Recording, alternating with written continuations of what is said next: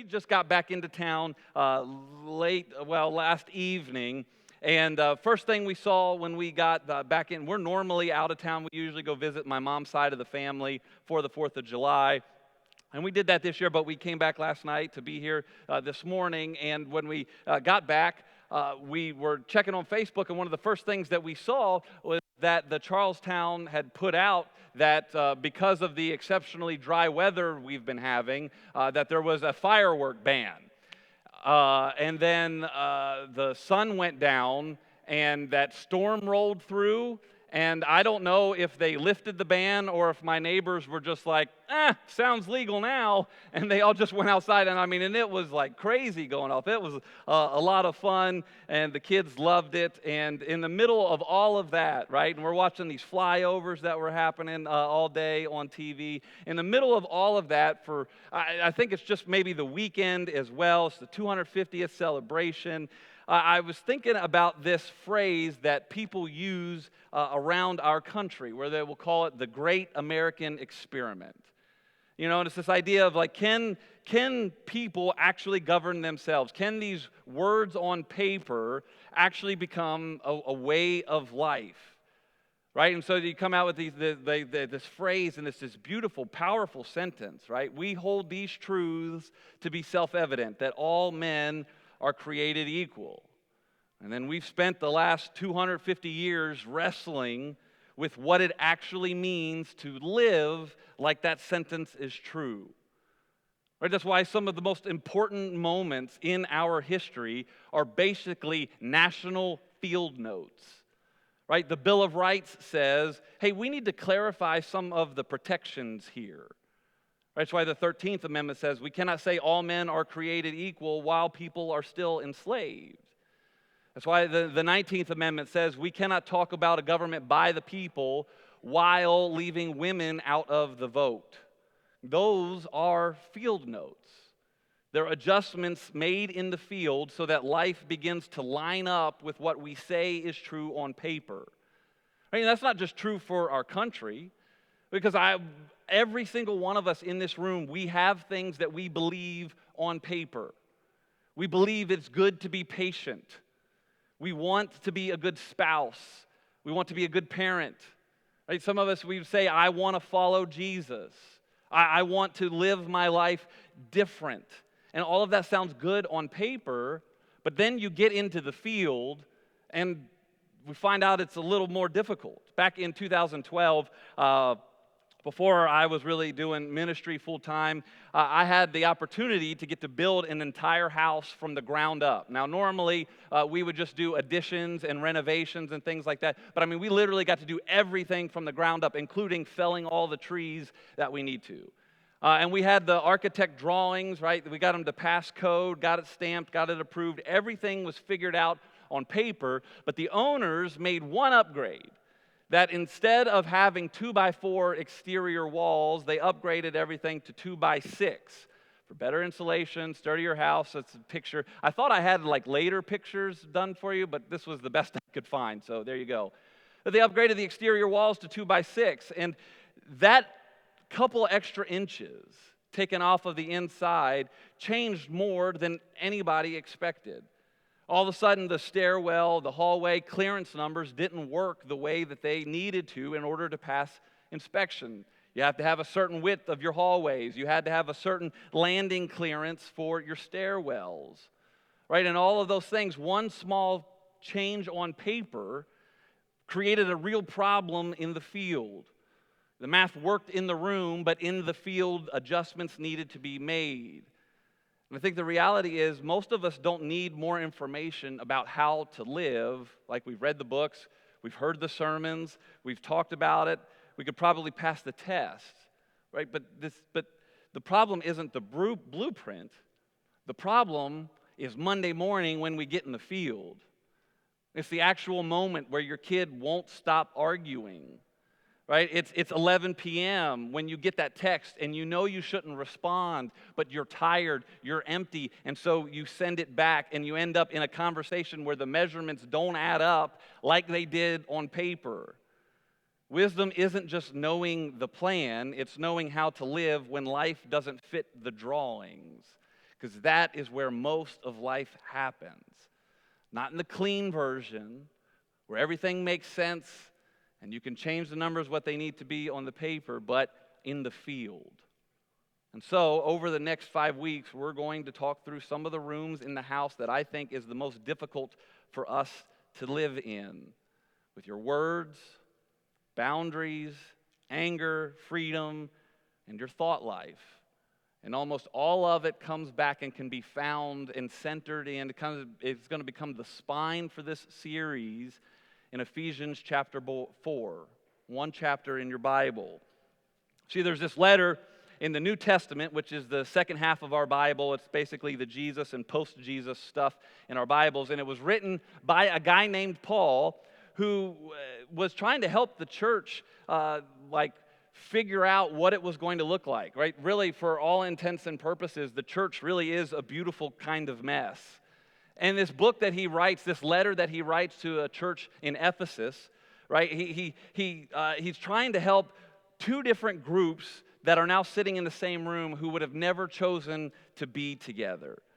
He had Jewish Christians who had spent their entire life believing that they were the people of God, who were specifically set apart, and Gentile Christians, which is essentially everybody else that wasn't Jewish. And neither group had ever really considered each other family. And Jesus pulled both of them together in one church. And Paul is writing to him in this letter saying that this old way of dividing the world isn't the way it's supposed to be anymore. He says, you're family now. You need to figure out how to live like it. And Paul doesn't stop at, hey, believe deeply in your heart and it'll all work out. No, he gets really specific really fast. Right, and some of the things you'll see as we even just read a couple verses over the next couple weeks, he tells them, hey, stop telling lies. Tell each other the truth.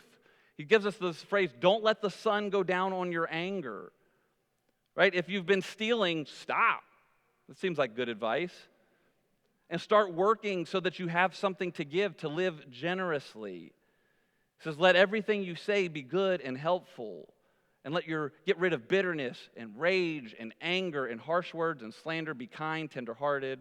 Forgive each other the same way that God has forgiven you.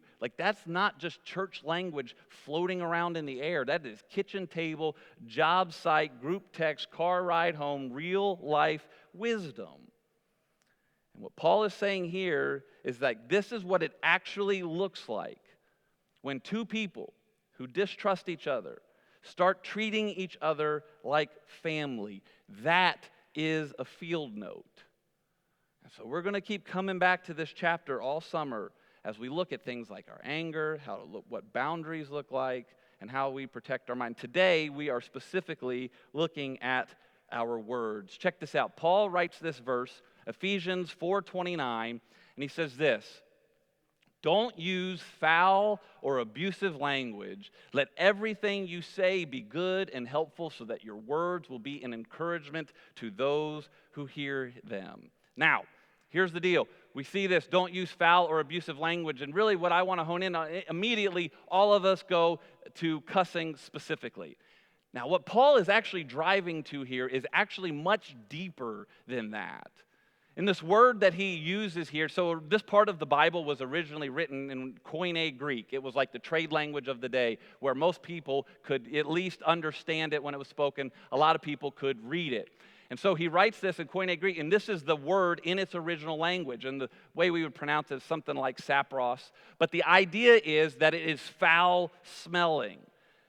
And what most people would use this in Paul's time when he wrote this, it would specifically conjure up a specific image. It's the scent of hot, rotting fish.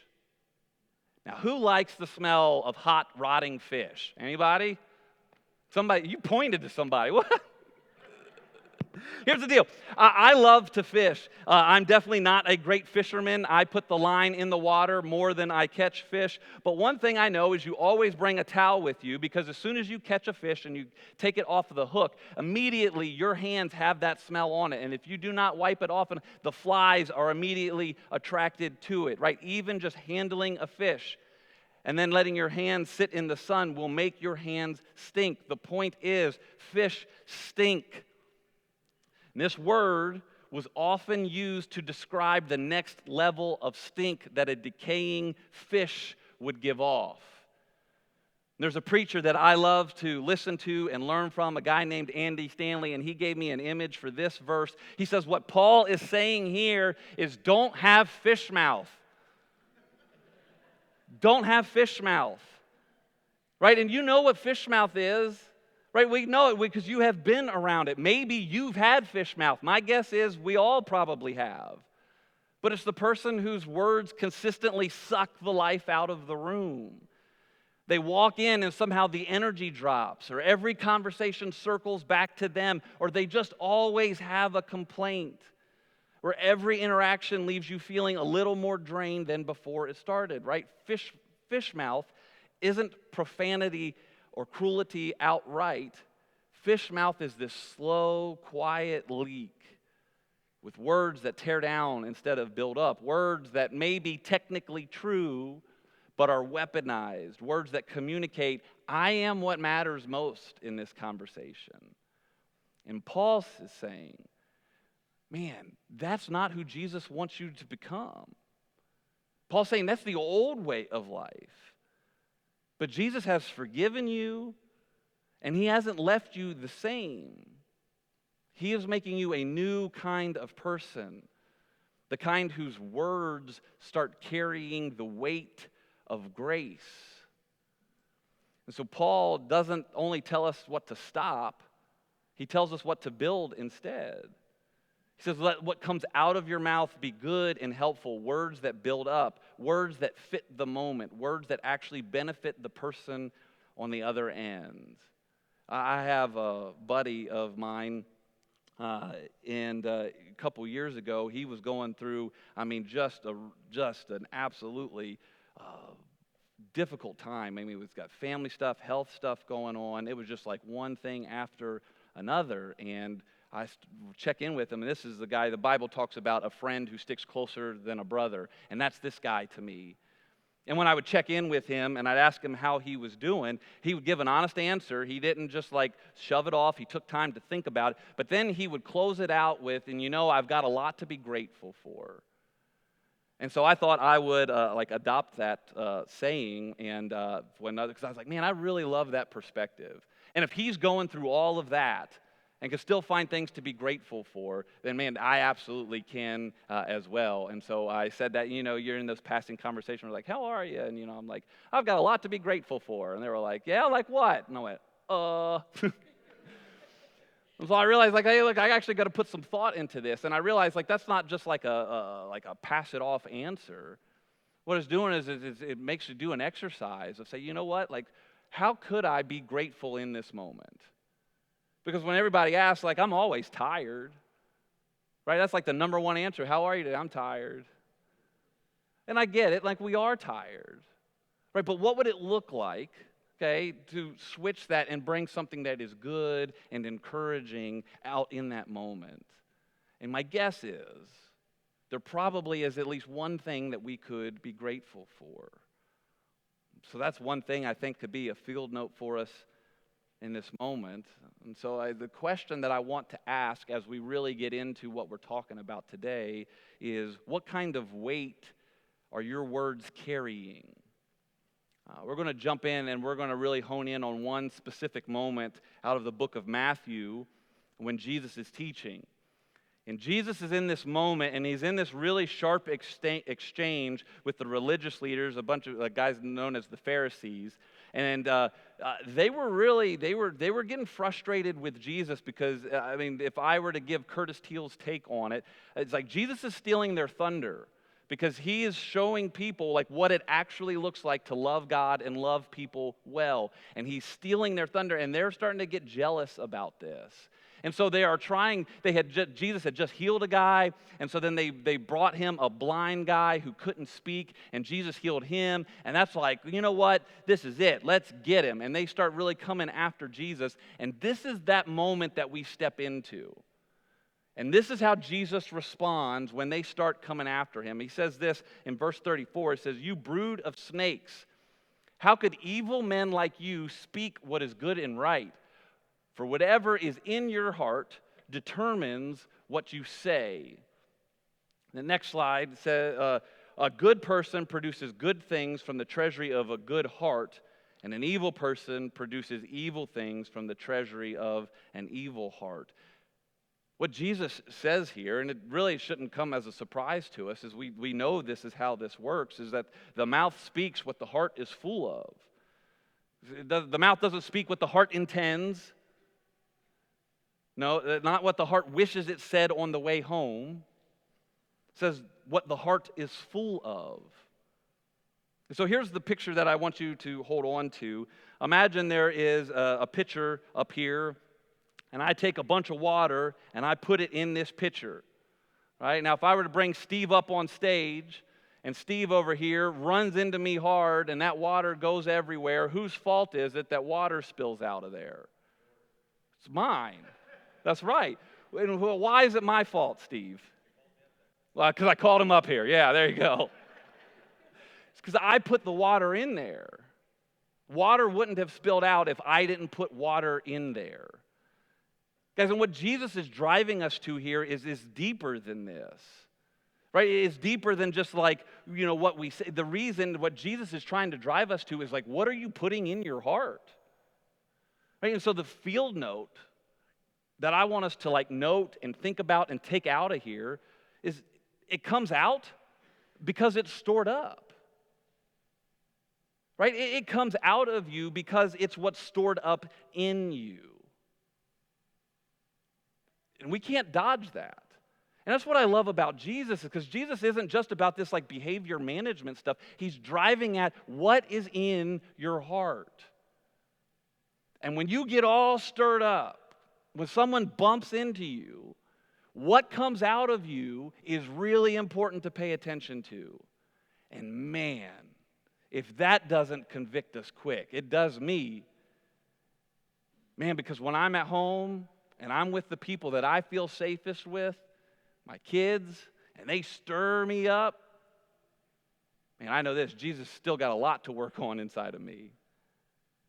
And then look what he says. And I tell you what, this verse right here really messes with me, because Jesus closes out this conversation, and look what he says in verse 36. And I tell you this is that same conversation. And I tell you this, you must give an account on Judgment Day for every idle word you speak. The words you say will either acquit you or condemn you. Now, here's the deal. Once again, this is kind of like this part was originally written in Greek. When Jesus is actually speaking here, they quote him in Aramaic. And the Aramaic word he uses is this word raka, and when you like translate it back into English, the idea is that it was weightless. What Jesus is saying here is we're going to have to give an account for every weightless word you say. The idea behind the idol is like you didn't put any work into it. And now you can see why there's a serious weight to our words. Right? A word that was tossed without thought. Right? Jesus isn't just talking about big stuff, the cruel thing, the lie, the blow up. He's talking about the words that we let fly because we weren't thinking, because we were tired, because we were exhausted, because we were reacting, because it's easier to say than to stop and weigh it. He says we're going to have to give an account for every weightless word. And to me, that sounds terrifying. Like it's like, thank God for Jesus. Thank God for his mercy, right? Mercy is when we don't get something we do deserve. And thank God for his grace, the fact that grace is getting something that we don't deserve. And so before this lands on guilt, I want you to see what Jesus is actually doing here, right? Jesus isn't trying to set the bar for perfection for us and then watching us fail at it. What Jesus is trying to get us to understand is our words are not neutral. They are not meaningless sounds that evaporate after they leave your mouth. They carry real weight, every single one of them. And the wisdom, the field note tested wisdom means learning to treat our words like they carry weight because we tend to just let words fly constantly. Right? And just like that works in the negative aspect, it works in the positive aspect too. Right? The right word at the right moment can hold somebody together when everything else is falling apart. Some of you, I hope every single one of you, have been in one of those moments where someone says exactly what you need to hear at just the right moment. I'm proud of you. I believe in you. I was wrong. I'm sorry. Will you forgive me? I'm really glad that you are here. Right? Words are not neutral. Jesus says so. And so the question is, what if we actually believe that on Tuesday at 6 p.m. in the middle of a real conversation? Like, what would change? Right? And here's where this gets really practical for us, because circling back to Jesus and all of this and what Paul says in Ephesians 2, what are you filling the pitcher with? What are you filling your pitcher with? What are you filling your mind with? How much time do you spend doom scrolling versus reading the Bible? And it's not about reading the Bible it's about filling it with good. It's about filling your mind with good. There's a guy who volunteers on our team. I think he's back with kids today. He's Eric. He's this big, tall guy that looks like a Viking. And because of what he does, he's able to stop into the church office, and he'll work down there for a while from time to time. When he comes into the office, he will always consistently put on worship music. But it is not like worship music we would sing here. It is worship. I mean, sometimes it's screamo stuff. Sometimes it sounds like it's straight out of Lord of the Rings. Other times it sounds like I'm back in Glen Burnie, Maryland, and I'm on the basketball court out there. And it is some out-of-the-box worship music. And some of it's just scripture put to tunes and Bible verses. And I've asked him, I was like, man, where in the world did you find this stuff? And he says, I just started looking on YouTube. And I was like, why do you listen to it? He said, because I like it. And he said, because it's better than the other crap I was paying attention to. Right? So he's not doing it to be super spiritual. He's doing it because he has figured out the truth that many of us know. We just sometimes fail to practice it here, of what goes in shapes what comes out.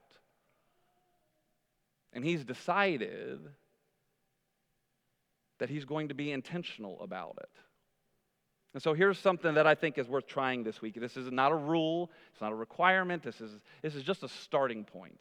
I want us to clock our time and intentionally replace 15 minutes of scrolling, binge watching, a Netflix show with worship and prayer.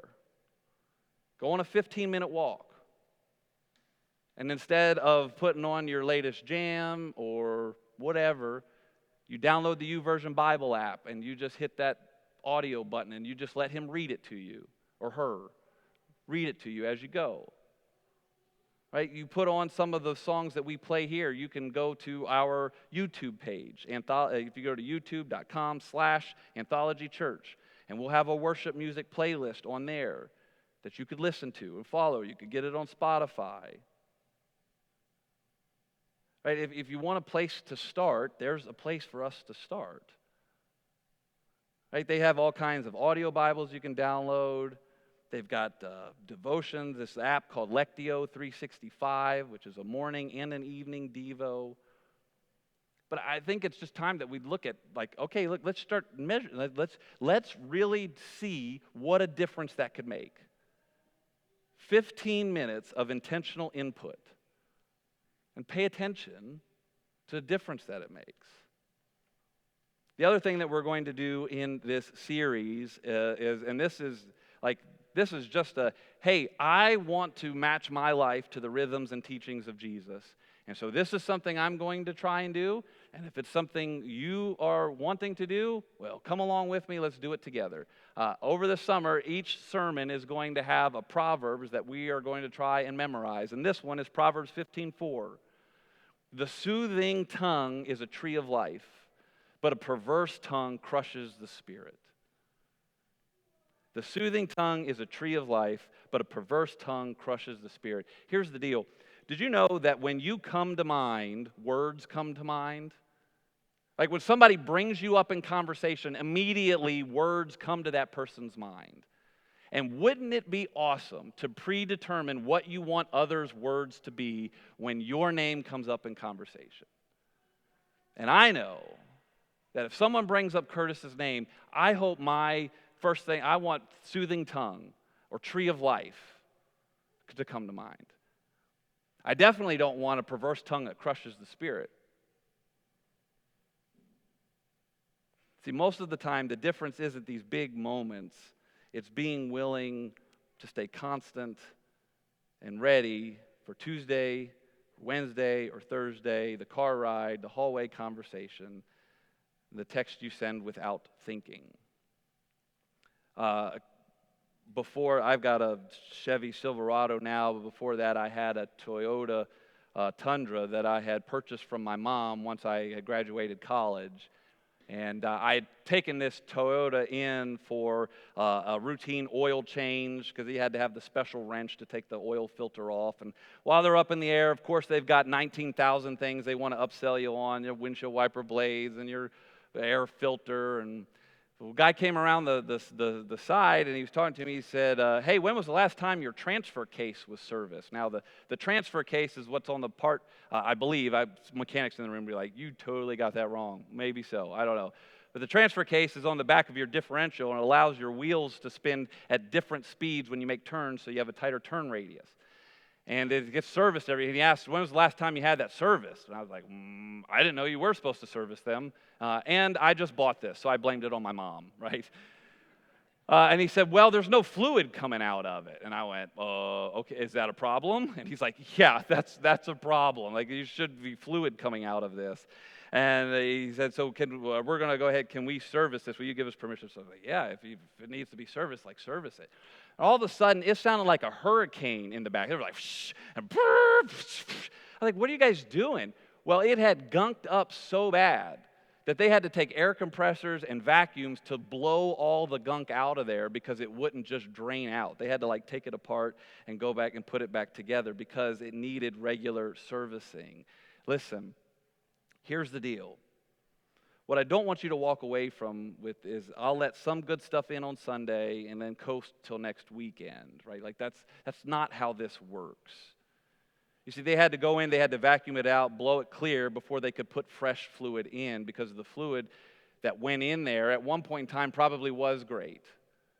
But it had been left so long, and it had been so long since anything new and good had been added that it was just degraded, and the whole truck was suffering because of it.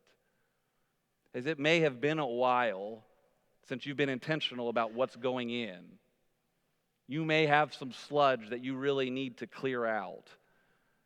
That might look like counseling to work through something that's been sitting there longer than you admitted. It might mean having a conversation that you thought like you've been avoiding because it means you have to apologize.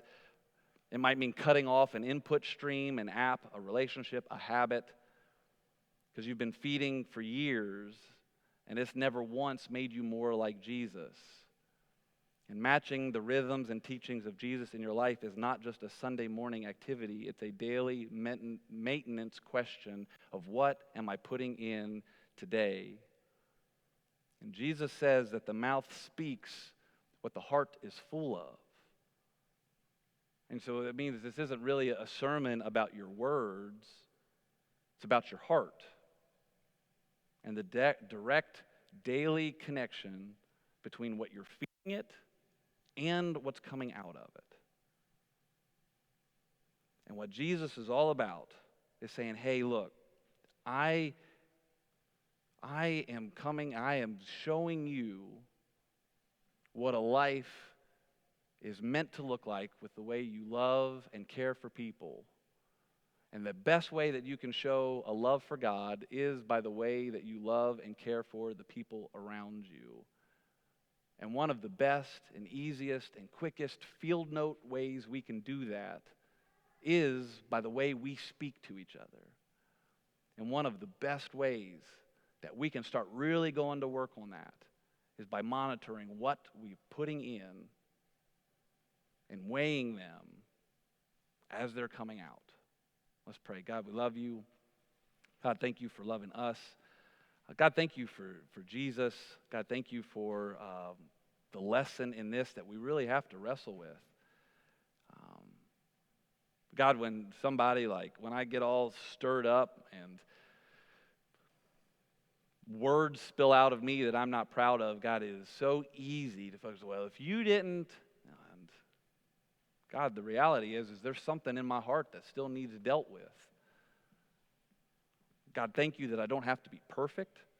Thank you that it is not about whether or not I ever get my mouth straight, except for when it comes to confessing you. God, I pray that as we continue to work on things like this over the summer, God, that you would show up and help us to match you in this. God, that the words that would come out of our mouth would reflect a heart that is loving and caring and gracious and trying to reflect you.